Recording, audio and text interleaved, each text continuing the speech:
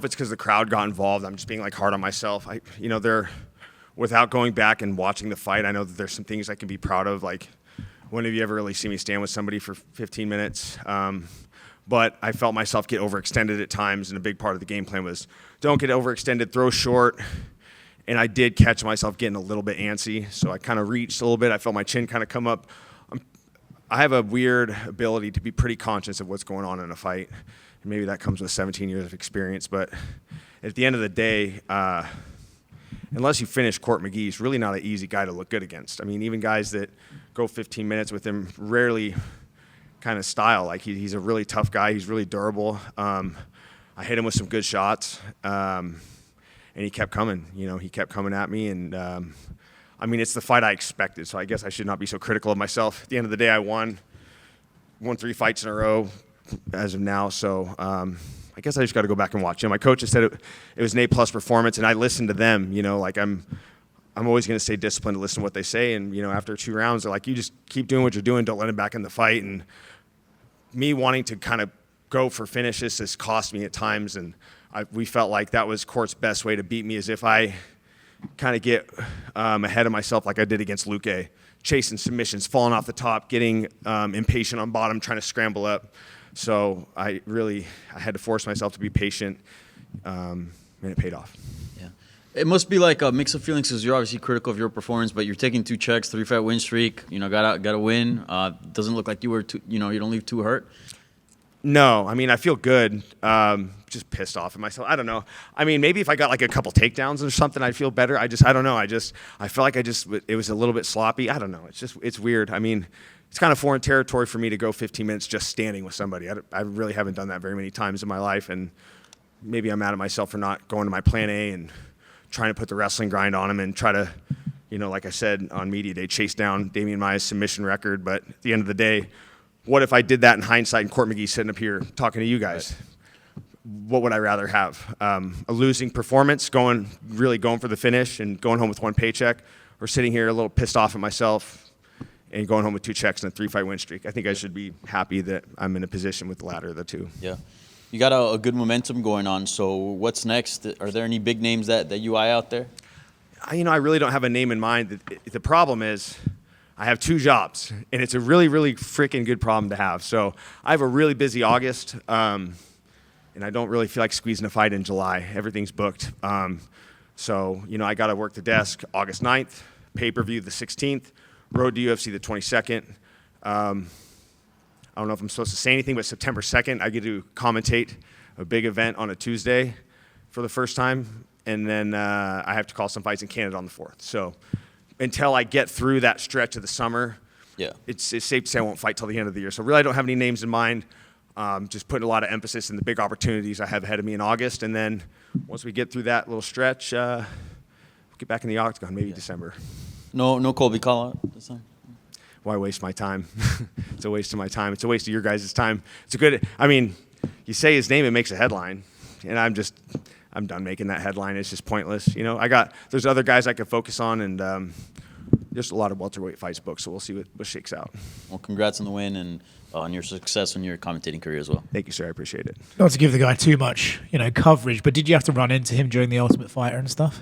Yeah, I don't know if I can really say much, but yeah, we definitely spent time around each other. The thing I can talk about is we had some interactions like off camera. So like, for instance, there was one night, I showed up to the Apex late to work out, and he was in there doing his thing, and he kind of saw me, and I was like, oh, just let me know when you're done. And he's like, we can share the same gym at the same time if you want. Like, being very cordial, like he's notorious for off camera. And I was like, okay, so it's not like we talked, but we shared the gym, and then we had a couple conversations when the show ended. And of course, it was, just want you to know anything I said, it's all respect, and kind of the same kind of shit he said to Gilbert Burns. And right when he said that, I'm like, oh, great, he fucking said something. And of course he did, so it is what it is, man. It's a shtick, whatever. It's like chasing a rainbow. You're never going to get to it, and there's no pot of gold at the end. It's just there, it's whatever. Michael, Yeah. Congratulations. Thank you. Were you just teasing us that you're going to be a commentator for Contender Series this year? No comment. It is a Tuesday event, and it's one time. I don't know if I'm in a position to say what it is or what it isn't, but I can say that it's an MMA event on a Tuesday. I will say that, and I get to do it once. So, Is it an MMA event on a Tuesday with a lot of people you work with normally? maybe, maybe not. We'll see. Sort of related to that, you did mention it. How are you able to kind of manage 2 full-time careers at this point? Like, how does that work for you? Because you just went through it. That's an incredibly busy schedule while still being a fighter. It's easy. Love, man. I love this sport. I love this job. I have an amazing boss. I have amazing people that, my higher ups that I answer to. They're very helpful in helping me manage both of them, and they do a good job of that. Like, as of right now, I'm pretty sure I'm like the only active fighter on the broadcasting team, analyst and commentator. And for us competitors, like the Anthony Smiths, Dominic Cruz's, Paul Felders, the DCs, they've always been really good about like helping us manage competition in broadcasting. And they do a good job, putting me in Vegas a lot, and I love being on the road. There's nothing I love more. My favorite thing, there's 2 things I love about this job. And I say this all the time. It's not the money. It's not the notoriety. I don't give a shit about any of that. The 2 things I'm going to take away from this when it's all said and done is the memories I've made and the relationships I've made along the way. And traveling equals memories. I love being on the road, but it makes it a lot easier from a broadcasting standpoint when I get to call Apex shows. It's so awesome. Like, I get to wake up in the morning, I go train, I go to the Apex, call fights, and then I go train afterwards. It's literally seamless.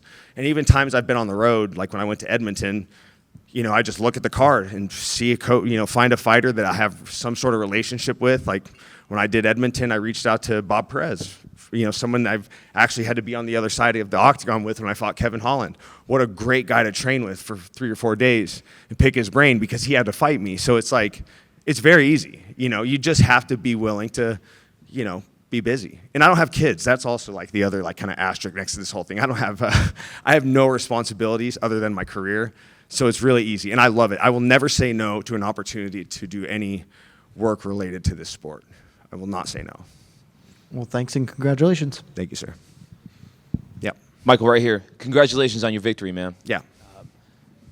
You mentioned earlier about you hearing the crowd. Could you just tell us, like, when you're actually inside the octagon, how much of that is a factor into your decision making? It doesn't. Sometimes it makes me a little anxious, and when you go out and fight on the heels of a badass knockout, it was Wellmakers, the guy that, he just sparked Moutinho.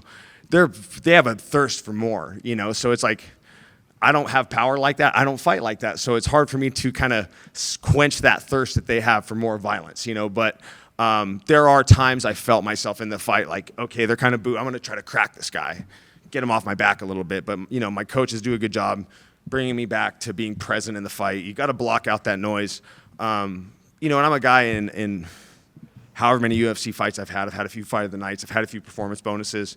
For the most part, I pursue a lot of finishes, and you just got to kind of block the noise out. It's not always their thirst for violence doesn't always hold true in the way you're performing, but maybe it just felt off to me because I stood the whole fight and I just felt myself kind of making mistakes along the way. It's kind of a lot to digest. I feel like I need to go sit, watch the fight, break it down, put my analyst cap on, and maybe make some critiques of my performance.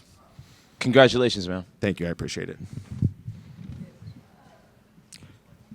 I got to say one thing because I didn't get to say this in my post-fight speech. Fuck Trae Young. Go Knicks.